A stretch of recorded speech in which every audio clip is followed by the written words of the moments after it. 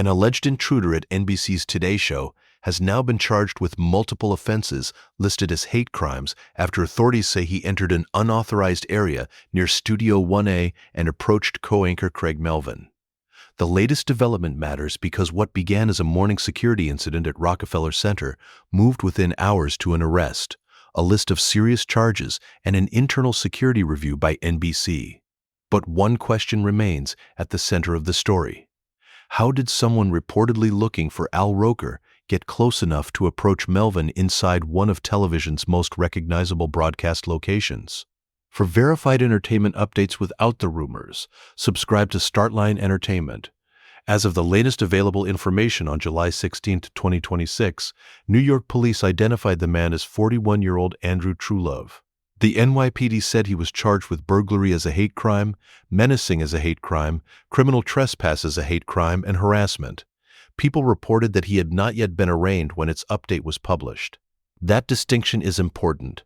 Police charges begin the legal process, but they are not a conviction, and Truelove is presumed innocent unless and until proven guilty in court. The incident unfolded at approximately 9 o'clock Thursday morning at Rockefeller Center in Manhattan. NBC's official description is narrower than some of the first headlines. The network said an individual entered an unauthorized area in a vestibule near Studio 1A, approached Melvin, and was reported to security by Melvin himself. The individual was then detained and taken into custody by law enforcement. NBC said there was no physical altercation and no one was injured. That official wording matters because several early reports described the man as storming the set, cornering Melvin, or lunging toward him. Those details have appeared in reporting attributed to unnamed law enforcement or production sources, but they are not included in NBC's confirmed statement. What is firmly established is that an unauthorized person entered a restricted area, approached Melvin, was reported to security, and was arrested without an injury being reported. Authorities also alleged that Truelove directed racial slurs at Melvin. A law enforcement source told people that the man had asked for Al Roker after getting past security. Both Melvin and Roker are black, but investigators and prosecutors will still have to establish precisely what happened and what evidence supports the hate crime designations. Under New York law, a hate crime prosecution generally requires proof that a victim was intentionally selected, in whole or substantial part, because of a protected characteristic such as race.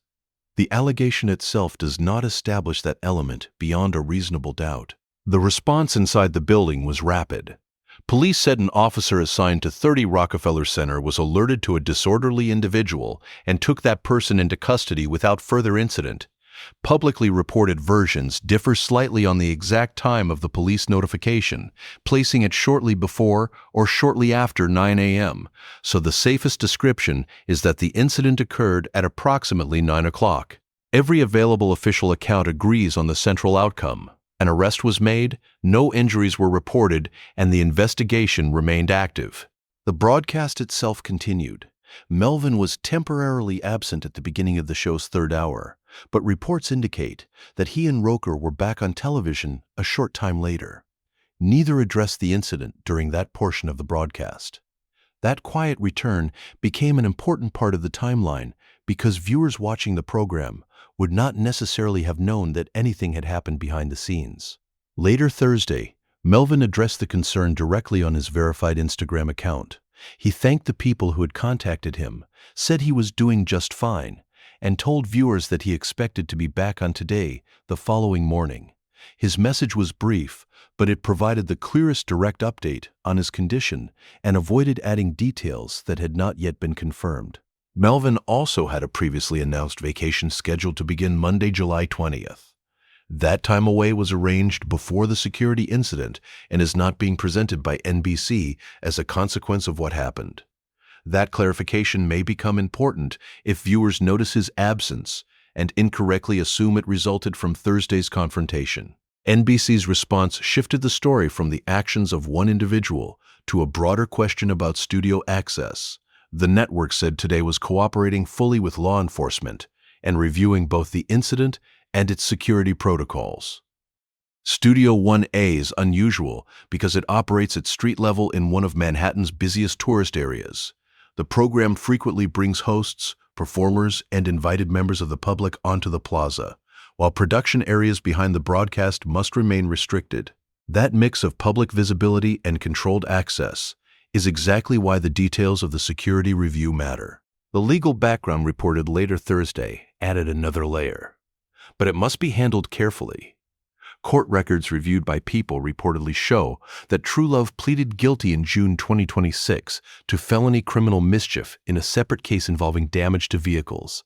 He was reportedly sentenced to 6 months in jail, 5 years of probation, and $375 in fees.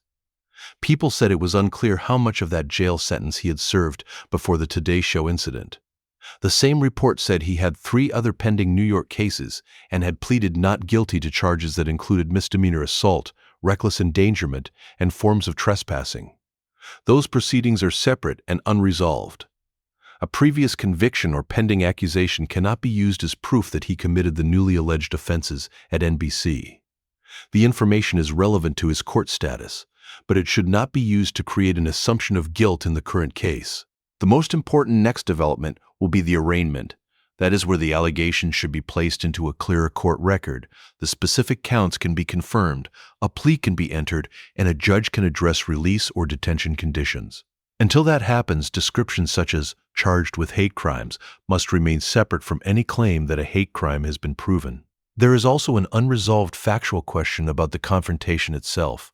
Reporting attributed to sources says the man allegedly lunged at Melvin and shouted a racial slur. NBC confirms that the man approached Melvin but says there was no altercation. Those statements are not necessarily impossible to reconcile.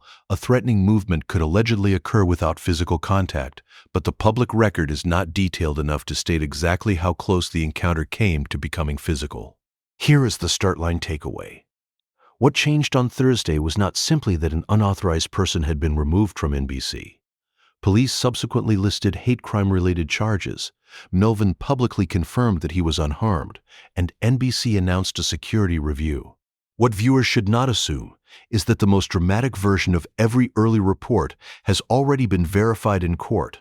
The official NBC statement confirms an unauthorized entry and an approach toward Melvin, while the racial language and lunging allegations remain claims that will need to be supported through evidence and the court process. The clearest verified summary is this. Andrew Truelove was arrested after allegedly entering a restricted area near the Today Show's Studio 1A on July 16th. Authorities say he approached Craig Melvin and allegedly used racial language after reportedly asking for Roker.